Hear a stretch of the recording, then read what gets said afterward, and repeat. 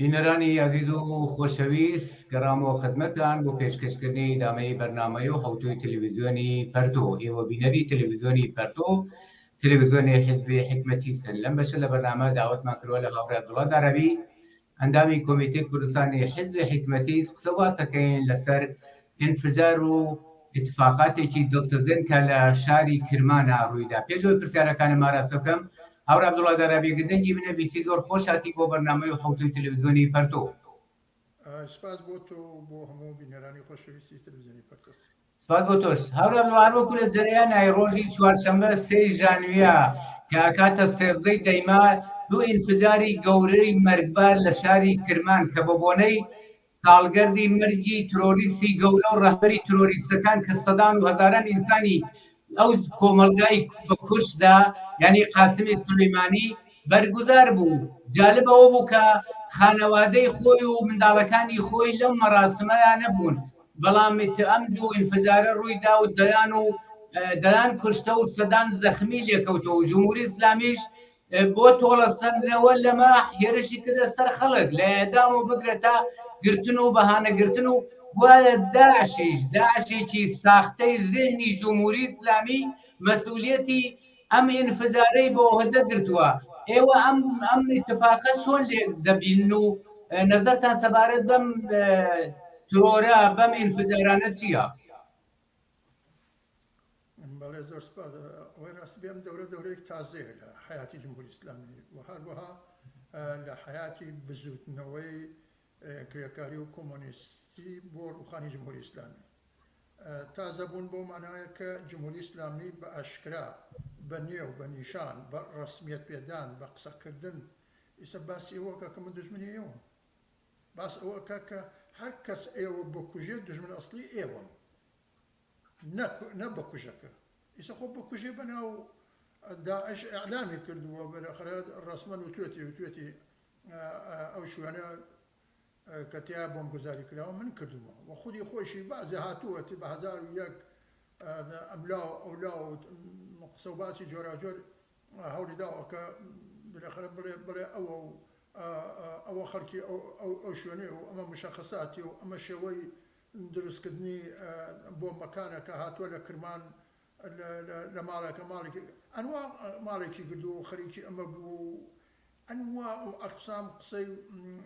پەرتوپەڵاڵێ، بەڵام ئەوەی کە بۆ بەشەریەتی متەمەدن لە سەطحی دنیا و بۆ ئەفکاری عمومی مهمە ئەوەیە کە ئەم ڕووداوان وەکو تۆ ئیشارە پێکرد دەیان کوشتە و سەدان زەخمی لێ بۆتەوە و هێزێکی بەناو داعشێکی ڕووخاو شکست خواردوو هاتووە بێخەرە معلوم نیە لەکوێیشە جێگە و پێگەکە ئیسە لەکوێیە و مەقەڕ و مەقەڕاتی جاران و لە بەغایە و لە سووریە ئیسە خۆ ئەوەش معلوم نییە. حتا ئەفغانستانیش باسی ئەوەیە کە ئەڵێمە تارومارمان کردوون. بە هەر حاڵ قسەکەی من ئەوەیە کە جمهوری ئیسلامی واقعەکەی دیوە خۆشی بەملا و ئەولا ئەگەرچی هەر یەکێک لە سەران ئەخبارێکی جۆراجۆر ئەدەن و تەنە پڕە لە تەناقوس، بەڵام ئەڵێ ئەوانن وەختی ئەڵێن ئەوانن بەجێی ئینتقام لەوان ڕوەکەتە خەڵک ئینتقام لە خەڵکە سێنێ. ئەمە یەکێک لەو شتانەسە کە تازەیە تازە بۆ مانە سەرانی یەکی سەرانی ڕەژیم لە ماوەی دا ڕۆژی ڕابردووە بە دوای ئەم ئینفجارە قەتڵعامەی خەڵک و بە تایبەت منداڵانی مەدرسە کە دایک و باوکیشیان ئاگایان لێ نەبوویان بن بۆ کوێ بۆ کام مەراسم کوژراون بەخرا قسەڵێن بەڵێ ممکنە خەڵگاودار بێ، بەڵام ئەمە نیعمەتی ئیلاهیە بۆ جمهوری ئیسلامی و بۆ بەقای جمهوری ئیسلامی. ئەمە نیشان ئەدەمە تاریفی لێ یەکەن، تەنجیدی لێ یەکەن، بەخرە تەفسیری لێ یەکەن، ڕەوایەتی لێ یەکەن کە بڵێ ئەم کارە کە داعش کردووەسی بەخرە سەرنجامەکەی موهبەتێکی ئاسمانیە و ڕژاو بە جمهوری ئیسلامیە و بە سەر حاکمەتی ئیسلامی لە ئێران ئەمە ئەکات ئەوە کە خەڵک هەمبەستەتر بێ، متحەدتر بێ، بەهێزتر بێ، بەتواناتر بێ لە بەرابەر دژمنانی خۆیان. ئەم قسە هەڵیتی و پلیتانە و ئەم ڕەوایەتە غێر واقعیانە بەنظر من شتێکە کە ڕژیم بە ئاشکرا پەردەی خۆی لاداوە و ئەڵێت هر کسی ایوه بکوژت من انتقامك لي ايواسين معناها وياك ما يعني باشكرا معناها كاتي وك واقع دجمني اصلي والسركي خلشي ايران كاكوجرن منهم يتر اواني ترك امريكا واسرائيل وفلان ولات وفلان ولات ودستي اجنبي ودستي خارجي وامانه توابهم دوله توابهم توابوا بلا خلق البته خلق اقدار للموضوع هل مسرتاي شيء خرجي يعني بويك يسأون ده حساسة بخلقك بأشكرا كسي عكسك تصويرك لقاسم سليماني بلاوكا بلا فاصلة يقرن كسي كتلت خواردمانيك بلا خرج عكسك بلاوكا تو جمهورية إسلامية بها حساسة وأرواي قريتو زجربية دا تا يسبب إقراري خوي ديانك سياتلت نزيكي شركة يقردوا باتهامي أو كقوايا بومي عندنا ولو شونا أما هم بلحاظي سياسي وعم بلحاظي اقتصادي وعم بلحاظي نظامي ونشان هذا كقيران وبحراني موجود لإيران قيران كي قوليه لا ينحل بجمهورية الإسلامية ناتوانيا بجواكو انعكاسي أم موضوعة كجمهورية الإسلامية بدأ خلقو جيري كدوا لسا شركاني لسطح منطقة بشاوة كما خلق بخلق يرانا وبلم فرموا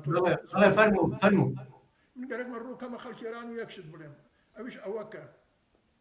اما يا كم جارك جمهورية اسلامي وخلق وبشرية المتمدنين يستخدمون متوجبون كواقعا انفشاري اصلي والشر اصلي وميداني النبردي طبقات فيه اللي بين جمهورية اسلامي وخلق يران وتاريخ كل شيء معلومة شو اللي شو ارسله زور سپاس اعترافاتك كبجواكي هي زور سپاس بزانه كدجمني اصي ام خلق دجمني واقعي خلق ايران جمهوريه اسلاميه وخلق لبرابر بس اما مساله كي مهمه بو كخلق واقعا كي باب مشته زور سپاس بۆ تەوضیحەکانە تاوڕێ بە جمهوری ئیسلامی هەمیشە کوتوویە گەر ئێمە لە قودرەتە نەمێنین دیارە سەراپای وجودیان ترس و وەحشەتە کە لەوەی بە تەریقی خەڵک لە قودرەت بێنە خوارەوە خوانە من باشە زانن و هەمیشەم تەبلیغاتی کردووە گەر ئێمە نەبین ئەمنیەتیش نامێنێ ئەمانە سەناریۆی خودی جمهوری ئیسلامیە ئایا واقعاً خەڵک دەبێ فریوی ئەم شتە بخۆن زۆر کورت چون سوالێکی ترشمەدا باش اخو اوان ماون بالاخره خلق اوان مورد هيرش وحمله قرار قريه اما تناقض واقعيه من قالك ما يكشف بلم قالك ما بلم او كجمهوريه اسلامي بمشي وكوتوت محاولته كوتوت موازيته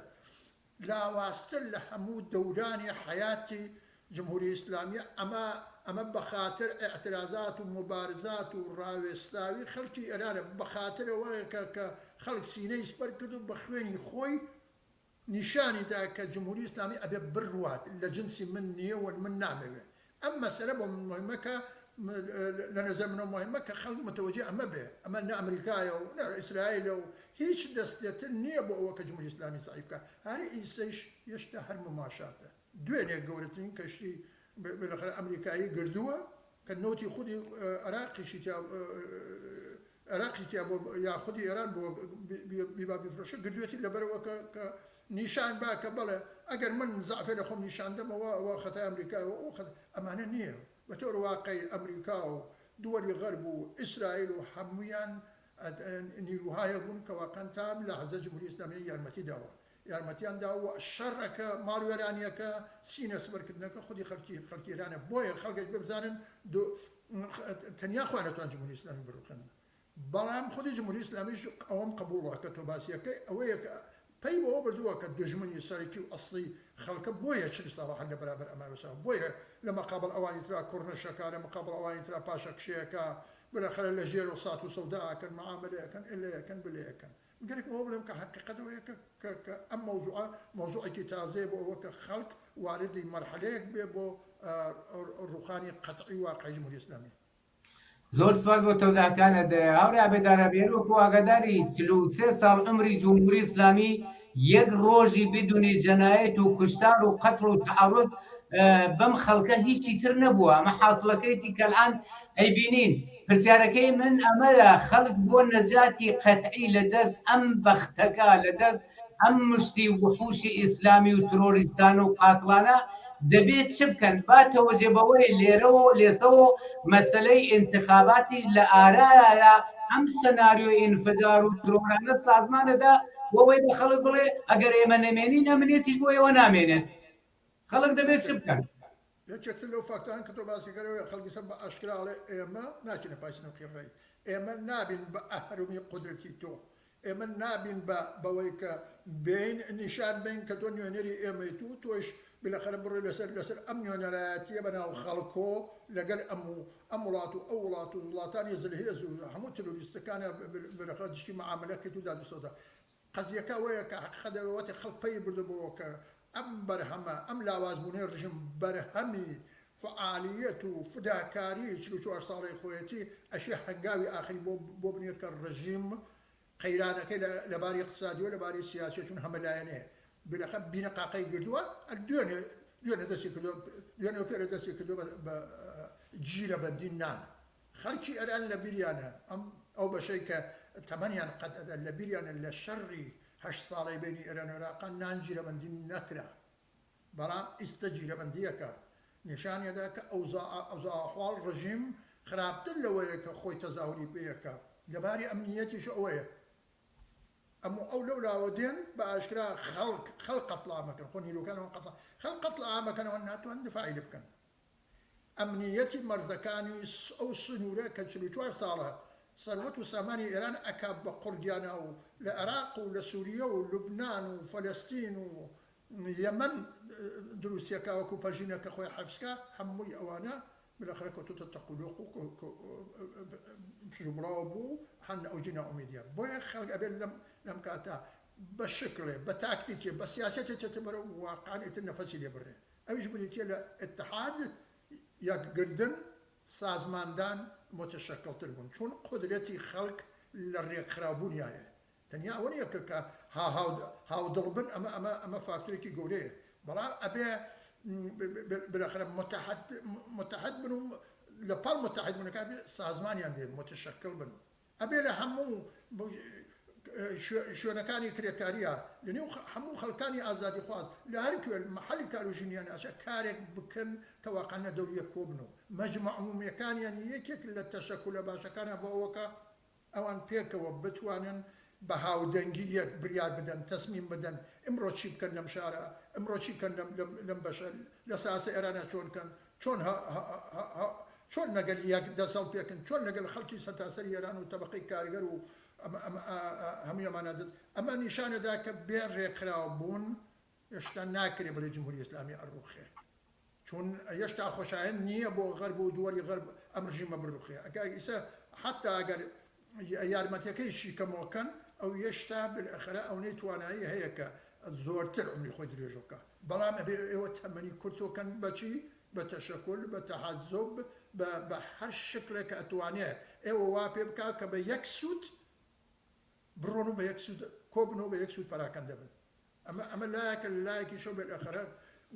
وردە و دەشە خۆتەن لە هەموو لەحازێکۆ ئامادەکەن مجهزکەن و بتوانن کارێک بکەن کە جمهوری ئیسلامی ئەبێ بڕوخێن چون قسە لەوە کە جمهوری ئیسلامی ناڕوخێ و قەدەر قودرەتە و هیچ کەس دەرەقەتی ناو ئەمانە تەواو بوو ئەم داستانانە تەواو بوو هەموو ڕۆژێ بە چاوی خۆتان ئەبینیتن ئەمە یەکێک لەو نمونانەیەتی کە بە ئاشکرا تەرۆریست دێ خەڵکە کوژێت خەڵق قەتامەکان منداڵ ژن قەتامەکە ناتوانێت حتى نالێک لەگەل ئەو تەقابلەکەم و بەربەرەکانیەکەم ئەمە نیشانەی ئەوەیە کە شەڕی ئاخرە نیشانەی ئەوەیە کە بە نەزەر من ئەم حرەکەتە کە ئیسە ئێمە ئیبینی ئەگەرچی ئێمە زووتیش ئەم مۆزوعانەمان بەس کردووە ئەم پەیامەدەی ئەمڕۆ پەیامی ئەمڕۆ جمهوری ئیسلامی بۆ خەڵک وەین خەڵک بۆ جمهوری ئیسلامی و بۆ ئەفکار عمومی دنیا ناشیە لەوە کە خەڵک خۆی ئامادەیەکە و تەیارەکە بۆ ئاخرین حربە لە ڕژیم چون ڕژیم بە مازە ئەوە کە هێرشی بۆ برد ئەمڕۆ ناتوانێت وەکو جاران بە مەیلی خۆی هەرچ دڵی گەرەکی بێ بیکات الان بالاخره بەربۆتە زیندانیەکان بەربۆتە بگیر و بەندی جوانان لەم چوارچێوە هەمووی ئەمانە بە نەزەر من نیشانەی زعفێکن کە خەڵک بە چاوی خۆی بینێ نیشانەی زعفەکە بۆ معنایە کە خەڵک دەزانێت لاوازکردنی تاوەکو ئەمڕۆی خۆیەتی و خۆیشی ئەبێ ئەمە مسألة لبار روحي ولبار رواني ولا صار كل خلقي إيران ولا صار خلقي دنيا تأثيري كدو وأم تأثيره أبي بتوبل أبي اتحاد أبي كريكار وزحمة كيش وجنان وجوانان بزوتنا وكان وجملة كان المشكلة كريكاريا لا برابر أشياء وشيار بن السلطنة طلبة كانوا أو بشلر أو بالا الرجيم كان ناوي بالي إصلاح طلبون ويسبب شيء كان بناء أوبوزيسيون ندرون أما أنا أو ما أنا عانن كعلي يسوي سطح الدنيا هولا دن يارجيري كان وهولا دن ك بالآخر كاره كان اتحاد لأنه تبقي كارجرا نبي لأنه جنانا نبي لأنه معلمان نبي لأنه خلق نبي وأمانة أو نيرون أجر أم اتفاق الرباطو أو عندس بالا بيا كانوا بالآخر الجمهورية الإسلامية روحانا كي بني في أوان توابي من الزمن أما دوبارات استثمار وشوسانوي خلقه و بفي روشوني توابي برها مكانه بويه وشياربوني خلق لم شرايطها يك هاوكات خنساكنوي توابي تحركي توابي راستي برو غربو وناسيوناليزمي إيرانيو سراسري وأم بشلة جمهورية إسلامية كيس خوي كدوبا شوخا وخوي كدوبا آزادي خواد وسكولار وبالآخر تشلو شوار صار ل كشتاري خلق لك الجمهورية الإسلامية الشري وكاري كردو تجربة هي أما مطلوبي أمريكا ودول غربا خلق بو خنساك نواشم تيوكوشن بلام هيزو توانا كان نسر وخاني الجمهورية الإسلامية بباشي متحد ومتحزب كان شون أمشتا أما أم تحزبا أم كاري تشكيلات كرنا أويك وكو حزب ظاهر بيت أما دبي بو كحد فتك وينك حزبك اعلام كي بالاخره احزابي كومونستي مورد نظري خوت كي بهن خوت اما اوشتي كجواب داروي بحد بشكي هم بورو خاني جمهوريه اسلاميه رواندكي تسريعاتو هم مجال نادا بلاش خوران وكو دوران الرجيم الشاكا رجيم شارخ اوان يعني هنا سركار بتوان بن الترناتيو بقلب خلق ام شري كردوا كريكار كردوا جنان كردوا انا لخطي مقدمي بوبو ابي حاصل ومحصول كل شيء بشتي جفاني اخوان والرجيم الجمهوري الاسلامي بروخن بوا خلق خوي لسر قدرت بو الاي بزوتنوي كارغري وكومونيستي هل بكريكا عدالته شادي ورفاه وخوشويستي هل قرنيتو بو ناو خلق دواي قرنها زۆر سپاس ئەوڕا عەبدوڵڵا پرسیارم زۆر و بەڵام وەختەکەمان ئیجازەمان پێ نادا زۆر سپاس بۆ تەوزیحتانتون بۆ بەشداری لەم بەشە لە بەرنامەی ڕۆی تەلەڤیزیۆنی پەرتۆدا سپاس دەکەم سپاسی هەموو بینەران زۆر سپاس بینەرانی عەزیز و خۆشەویست بەم جۆراتینە کۆتایی ئەم بەشە لە بەرنامەی ڕۆی تەلەڤیزیۆنی پەرتۆ داوەتەکان بینەری ئیدامەی بەرنامەکانی ئەم هەفتە بن لە هەر شوێ هەن ساخی و سڵامەتیتان ئارەزوومانە